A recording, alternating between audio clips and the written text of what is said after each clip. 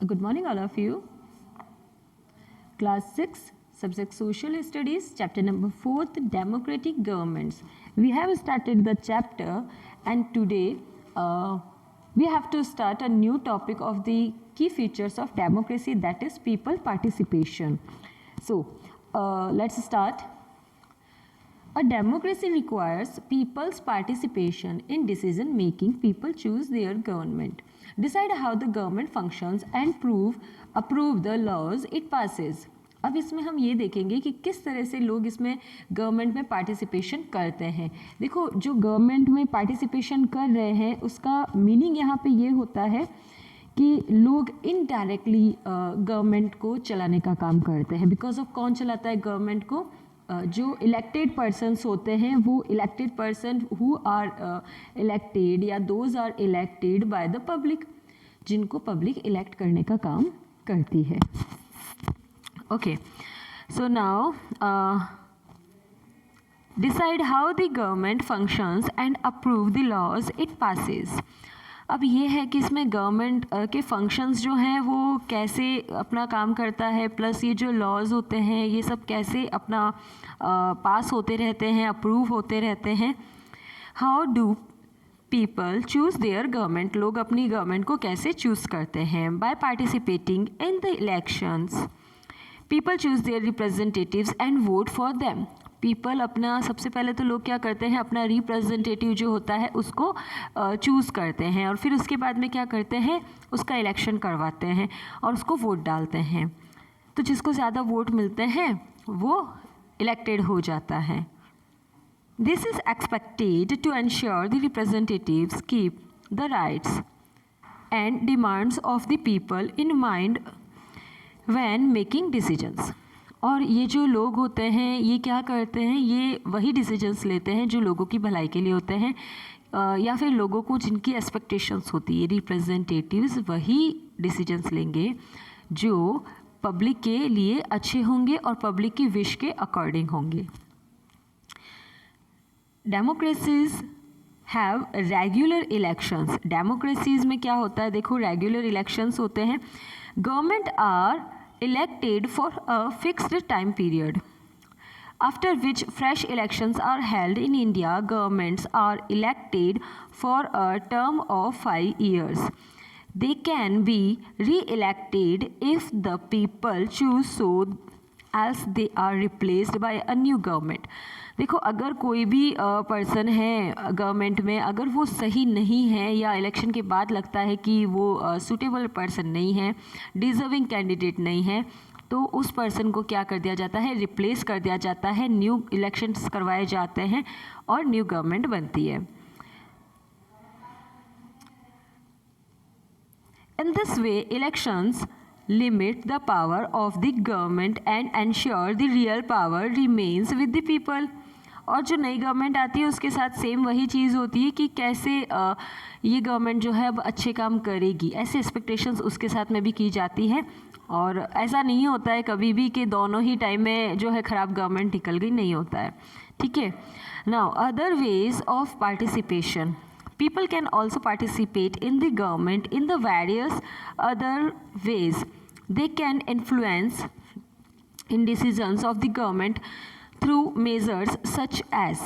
अब देखो और कैसे कैसे मैटर से लोग होते हैं वो गवर्नमेंट में पार्टिसिपेट करते हैं. सी, दीज आर 2 डिफरेंट पिक्चर्स जिसमें पब्लिक का एक रोल है. First is public rallies and second is strike.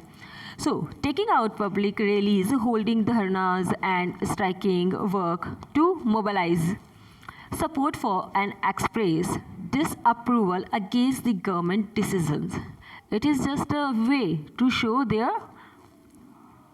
अपना, जब वो उस चीज़ के अगेंस्ट होते हैं या पब्लिक कभी किसी डिसीज़न के, गवर्नमेंट के किसी डिसीज़न के या रूल के अगेंस्ट हो जाती है, तो ये शो करने का या एक्सप्रेस करने का एक अदर वे है जिसमें लोग स्ट्राइक करते हैं, धरना देते हैं.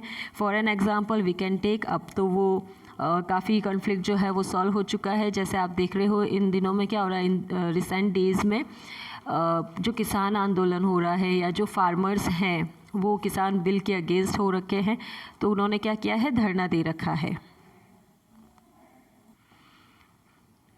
conducting signature campaigns for against a particular causes. देखो रैली निकालना, धरना देना, इनके अलावा क्या हो सकता है, स्ट्राइक करना, उसके अलावा कैंपेन चलाया जा सकता है, सिग्नेचर कैंपेन, जिस पे क्या होता है कि वो उस चीज़ के खिलाफ कितने लोग हैं, ठीक है, तो उन सब लोगों के क्या करवाए जाते हैं, एक बैनर ले लिया जाता है, उस पर सिग्नेचर्स करवाए जाते हैं, that is called the signature campaign. जितने ज़्यादा लोगों के सिग्नेचर अगर होते हैं उस पर, इट मीन्स वो चीज़ वाकई में पब्लिक उसके फेवर में नहीं है और सही नहीं है, तो उसको चेंज कर देना चाहिए या चेंज करना ही पड़ेगा गवर्नमेंट को. Now expressing their opinions and views through the media such as newspaper, television channels and magazines. और ये चीज़ें क्या होती हैं, मीडिया के थ्रू वायरल होती है, स्प्रेड होती है, लोगों तक पहुंचती है. By organising themselves into social movements and organization to fight for the rights to certain sections of the society such as women, Dalits, tribals and minority communities who are often underrepresented and do not get a chance to raise their concerns. ये कुछ ऐसे categories हैं जिसमें दलित आते हैं, tribals आते हैं, minority communities आती है, ऐसी कम्युनिटीज़ जिनके लोग जो हैं वो बहुत कम हैं, ठीक है, और जो विमन होती है यानी कि औरतें होती हैं, उनको कभी ऐसा चांस नहीं मिलता है कि वो अपने कंसर्न्स जो हैं, अपनी जो सोच है, अपनी जो विश है, अपनी चॉइस है, उसको क्या कर सके, लोगों के सामने ला सके या उस अपनी आवाज़ कभी उठा सके. तो ऐसे लोगों के लिए भी क्या होता है, बहुत सारे सोशल मूवमेंट और ऑर्गेनाइजेशंस चलाए जाते हैं. देखो आज भी हैं, कई एनजीओज़ भी हैं, नॉन गवर्नमेंट ऑर्गेनाइजेशन जिसको फुल फॉर्म है जिसकी एनजीओ की. तो ये क्या करती है, विमेन वेलफेयर वाले काम करती है, या ये जो कम्युनिटीज़ हैं, कैटेगरीज़ हैं समाज की डिफरेंट, इन सब के लिए काम करने का काम करती है. All this is possible if the people of a country are aware to their rights and take an active interest in the functioning of the government. The stronger the level of public awareness and public participation, the stronger is the democracy of the country. अब देखो stronger level जो है यहाँ पे वो है public की awareness होने का. जब तक पब्लिक अवेयर नहीं होगी तब तक कुछ नहीं हो सकता. देखो आपके साथ कोई भी बुरा तब करेगा जब आप खुद को ही नहीं पता है कि आपके लिए क्या अच्छा है और क्या बुरा है. यही चीज़ पब्लिक के लिए भी मैटर करती है, ठीक है. सो डेमोक्रेसी होने का मतलब ये नहीं है कि आप पूरी तरह से गवर्नमेंट पे डिपेंड हो जाए या गवर्नमेंट पूरी तरह से पब्लिक पे हो जाए, नहीं होता है ऐसा. और डेमोक्रेसी सक्सेस तभी होती है जब पब्लिक वहाँ की अवेयर हो, क्योंकि डेमोक्रेसी का मीनिंग ही क्या होता है, ruled by public. Now next topic is resolving conflicts. क्या मतलब होता है रिजॉल्विंग कॉन्फ्लिक्ट्स का? कॉन्फ्लिक्ट्स का मतलब होता है लोगों के बीच में आपस की सोच, ठीक है. तो most countries these days have people from different cultures, religions, reasons and economic backgrounds and interest residing in them. अब देखो लोगों में ऑब्वियसली इंडिया में ये स्पेशलिटी है, डाइवर्सिटी है, तो बहुत कम चांसेस होते हैं कि यूनिटी ज़्यादा हो जाए या कॉन्फ्लिक्ट्स बिल्कुल ना हो, बिकॉज ऑफ जहाँ पे डिफरेंट टाइप के अगर लोग एक साथ रह रहे हैं तो वहाँ पे कॉन्फ्लिक्ट होना तो ऑफ कोर्स नेचुरल है. तो ऐसा ही इंडिया में भी है. कल्चर, ट्रेडिशन, रिलीजन, रीजन्स, इन सब के बेस पे क्या है, इकोनॉमिक बैकग्राउंड के अकॉर्डिंग भी लोग अलग अलग हैं, तो उनके बीच में इसके ज़्यादा चांसेस हैं कि प्रॉब्लम्स हो. एंड इंटरेस्ट रेजिडाइंग इन दैम, और दूसरा इंटरेस्ट भी मैटर करता है. Sometimes people from such diverse backgrounds have trouble getting along with each other. People from a certain section may begin to feel they are being discriminated against.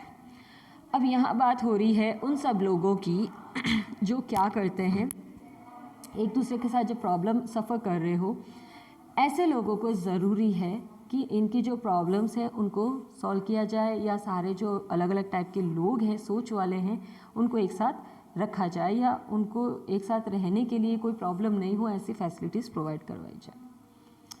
People from a certain section may begin to feel they are being discriminated against, or different groups may fight over sharing of resources such as land or water. बिल्कुल ये government की responsibility बनती है कि वो सबको क्या करे, ऐसे रिसोर्सेज अवेलेबल करवा दे, जैसे रहने के लिए ज़मीन दे दे और पीने के लिए पानी प्रोवाइड करवाए. ठीक है, आगे चल के ये भी आ जाता है इसमें कि गवर्नमेंट जो है वो एम्प्लॉयमेंट आपको प्रोवाइड करवाए पब्लिक को, यानी कि रोज़गार जो होता है, जॉब वगैरह प्रोवाइड करवाए. देखो जॉब में अब ये भी चीज़ आ जाती है कि हम एक एग्जांपल ले सकते हैं इसका, नरेगा. जो मज़दूर लोग होते हैं उनको मज़दूरी प्रोवाइड करवाना, यानी कि उनको कोई काम दिलवाना, है ना. कंस्ट्रक्शंस पे लगाया जाता है, उसको नरेगा कहा जाता है ना, मज़दूर. This will result in different groups clashing with each other, at times violently. Such conflicts can be a source of tension to other groups living in a particular area or country. Therefore, governments are usually assigned the responsibility of helping resolve conflicts. All countries have been, ये देखो ये सब government की responsibility बनती है कि ये सारे जो भी कॉन्फ्लिक्ट्स होते हैं इन सबको सॉल्व करे. जितनी भी तरह की दिक्कत है, वो लोगों के बीच की हो, किसी भी मैटर को लेके हो, रिलेशंस को हो, रिलीजन्स को हो, रीजन्स को हो, इकोनॉमिक बैकग्राउंड को हो, तो वो सारे सॉल्व करवाए.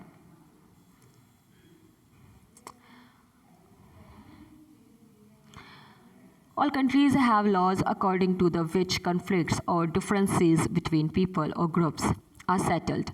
The Indian Constitution also lays down certain laws which have to be followed by everyone, including the government. The Indian government has to keep these laws in mind when trying to resolve conflicts. The courts, police, and trying to resolve conflicts.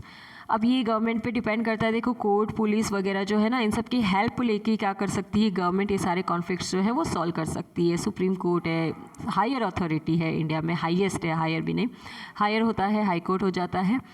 और आप court की help ले सकते हैं, conflict solve करवाए जा सकते हैं, और या फिर पुलिस की हेल्प ली जा सकती है.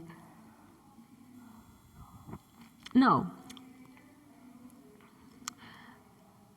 टुडे ये टॉपिक हो जाता है आज हमारा. So enough for today and we will continue with this people resolving conflicts and some other examples. So till then, take care of yourself and thank you for the watching.